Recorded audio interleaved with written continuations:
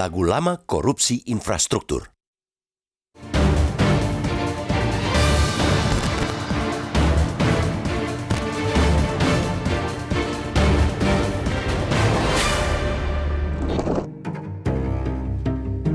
Proyek pembangunan maupun pembenahan terkait jalan seperti menjadi langganan bancakan untuk dikorupsi. Korupsi sektor ini mudah dilakukan seiring lemahnya sistem yang berakibat kemudahan merekayasa pemenang tender proyek. Penikmat uang rasuah ini juga mulai dari pejabat pemerintah hingga kontraktor pelaksana.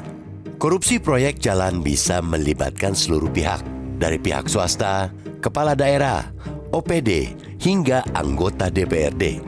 Pihak swasta menyuap pengambil keputusan demi memenangkan lelang proyek. Kecurangan diduga memang sudah didesain sejak awal, yaitu saat masih tahapan perencanaan. Pintu masuk celah korupsi ini berawal dari dinas di pemerintah daerah atau organisasi perangkat daerah ODP yang melakukan perencanaan hingga mengalokasikan anggaran.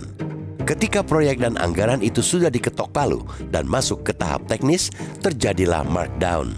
Menurunkan atau memperkecil anggaran, kapasitas material, dan sebagainya dengan tujuan mengantongi keuntungan dari proyek jalan. KPK pernah mengungkapkan bahwa anggaran untuk pembangunan jalan biasanya hanya tersisa 50%, separuhnya lagi menguap untuk suap dan keuntungan kontraktor, yakni 30% untuk suap dan 20% keuntungan diambil kontraktor. Alhasil tinggal 50% dana yang benar-benar tersedia untuk pembangunan jalan. Akhirnya terjadi pengurangan kualitas jalan yang tak sesuai dengan anggaran awal yang ditetapkan. Spesifikasi materialnya rendah dan bisa dipastikan lebih rentan rusak. Akibatnya, jalan baru dibuat atau diperbaiki belum setahun sudah bopeng. Modus korupsi inilah yang juga dipakai para pelaku rasuah yang tertangkap tangan oleh Komisi Pemberantasan Korupsi dalam proyek pembangunan jalan di wilayah Sumatera Utara. KPK mengungkapkan total nilai proyek jalan yang menjadi bancakan itu mencapai 231,8 miliar rupiah. 6 orang yang ditangkap dalam operasi itu diterbangkan ke Jakarta Jumat 27 Juni. 5 orang jadi tersangka, diantaranya Kepala Dinas PUPR Provinsi Sumut, Topan Ginting, serta seorang pejabat Kementerian PU dengan posisi PPK Satker PJN Wilayah 1 Sumut, Helianto. Artinya, perilaku korup ini melibatkan jajaran pejabat Pemprov Sumut dan Kementerian PU. Korupsi dalam proyek infrastruktur memang selalu melibatkan banyak pihak, menunjukkan bahwa jaringan korupsi infrastruktur ini seperti gurita. Terbongkarnya kasus ini tentu diharapkan mampu dituntaskan KPK. Terisik semua pihak karena selama ini korupsi proyek infrastruktur daerah banyak jadi alat barter balas budi politik. Tidak terkecuali KPK mesti memastikan terlibat atau tidaknya Gubernur Sumut.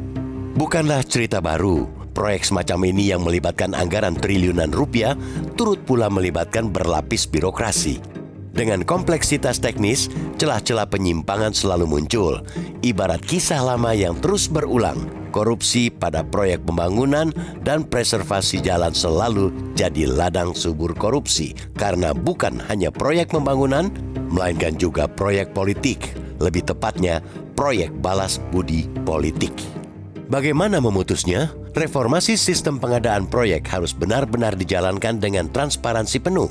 Begitupun pembenahan integritas birokrasi menjadi kunci utama. Karena betapapun baiknya sistem, jika birokrasi tetap bobrok, sistem bakal diakali. Komitmen dan janji Presiden Prabowo untuk membumi hanguskan korupsi di negeri ini butuh segera mewujud dalam kebijakan dan tindakan. Jika dibiarkan, dampaknya sangat luas. Bukan hanya pada rusaknya infrastruktur atau kebocoran anggaran, melainkan juga akan mendegradasi bangsa ini.